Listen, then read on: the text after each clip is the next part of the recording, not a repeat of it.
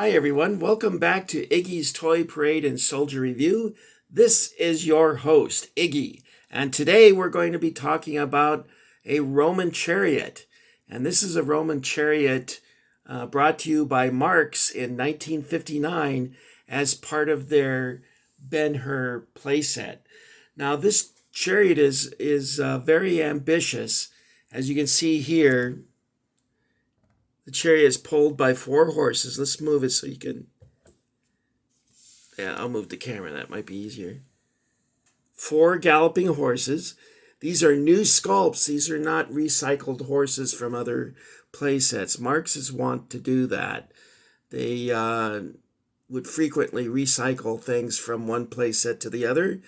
However, these horses are new sculpts made specifically for the Ben Hur Chariot. You can see we have the, let's pull it back just a wee bit. We have the charioteer, and the chariot itself is nicely detailed. Let's see if we can put that there.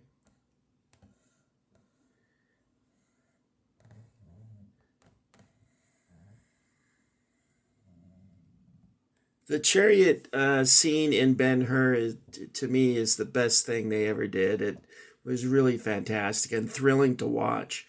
And you're left unsure, did that stuntman get actually run over? In an interview with Charlton Heston, they said that they used a dummy for that scene. Now, Charlton Heston, of course, had a career before Ben Hur. He also had another one after that, wherein he played in a lot of sort of B science fiction movies like Soylent Green and The Last Man on Earth and Omega Man or something like that. As for Stephen Boyd, who played Masala, he didn't do so well. Now, the movie Ben Hur differs quite a bit from the book written by General Lew Wallace, the Civil War general. He was also, I think, the governor of the Arizona Territory. And I read the book, and I was shocked to see that it was Ben Hur that shredded the wheels of Masala's chariot. And I'm going, whoa, that's a little bit different from the movie. Anyway, poor Stephen Boyd, I don't think he ever worked much after that movie. Now, a lot of people might get the idea that Romans used chariots for combat, and they were used primarily in Roman society for not so much military, but for ceremonial purposes. The returning general or emperor, and in the later empire days, exclusively the emperor, held a triumph in which they would go through the streets of Rome in a chariot, and they would be followed by all the slaves that they had captured and the gold and people that they were going to kill in the forum and whatnot. They would also have a person stand behind the person in the triumph in the chariot, whispering that fame is fleeting, and supposedly they were like a comedian or a comic, whispering things to humble the person in the chariot. I would not want that job, because I was thinking, what if you said something that really hit the mark? Would you end up in the forum being fed to lions? I don't know, but I wouldn't want that job. Too risky. Now, the ones who really used chariots in combat were the Egyptians. And when they opened up Tutankhamun's burial site, his tomb, they found his chariot disassembled and put into the tomb. I think the chariot is what killed him. He had brittle bones from inbreeding, and he got run over by a chariot in battle and was killed that way. The Romans, though, they didn't use it for that purpose, or not I don't mean burial, but for combat. Um, I have a. Let me see if I can move this here. I have a book that shows Marcus Aurelius in a bas relief carving on a panel, which was affixed to a column, I think, by his son. And here it shows Marcus Aurelius, and he's if you look closely, you can see he's being pulled by 4 horses.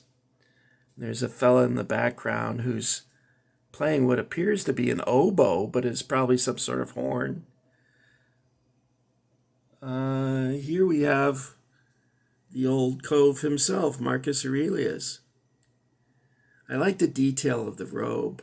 The sculptor of this bust had really fine skill. Look at that.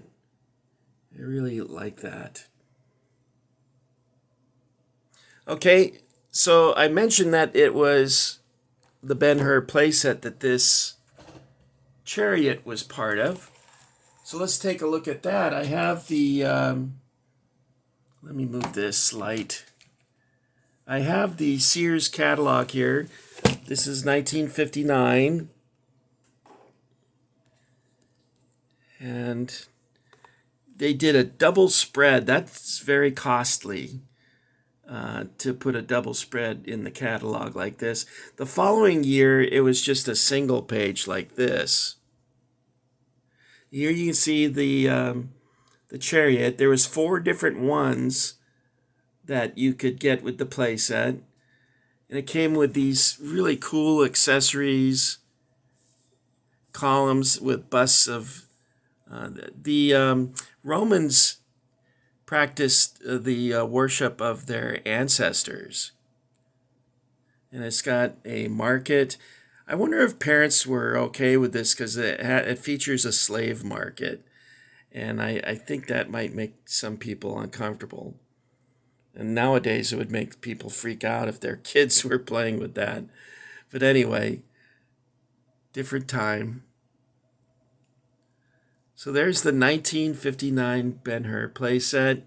Now you can still buy these chariots. This one is a reproduction, and I bought it from someone in Mexico because from my understanding, when in 1980, when the factory was finally closed up, a lot of the molds ended up in Mexico. And they're still being used to this day. In fact, there is also a Mexican Ben Hur playset that you can still find on eBay.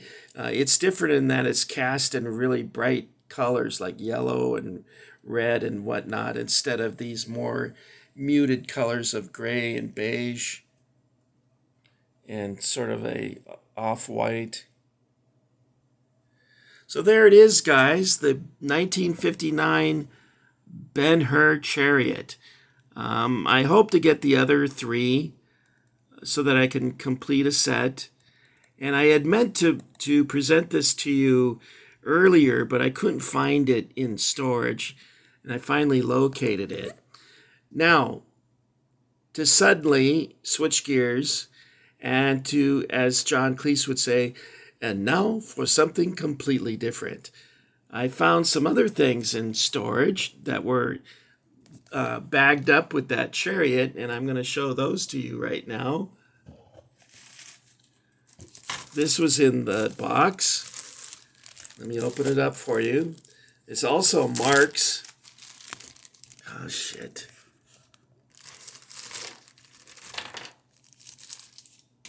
And it's a firing line of Marx Fort Apache figures.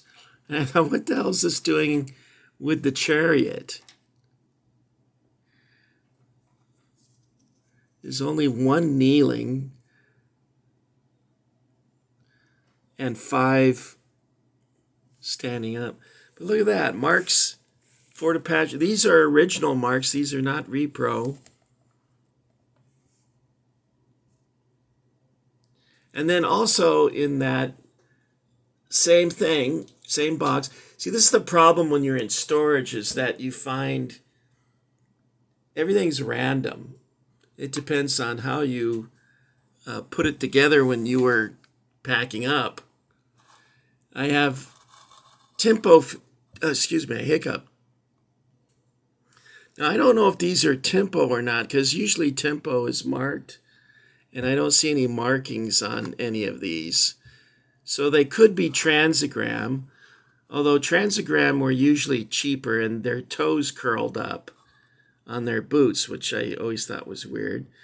But I think these are either tempo or transagram. Here's the guy's rifle. It came out. And there you go.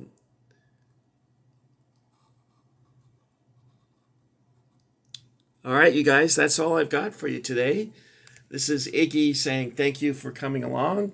And I'd like to give a shout out to the Iggy Army for those of you who enlisted. And if you haven't, why don't you go ahead and press that subscription button. All right, guys, thanks for coming along. Have a good evening. Take care of each other, and I'll see you soon.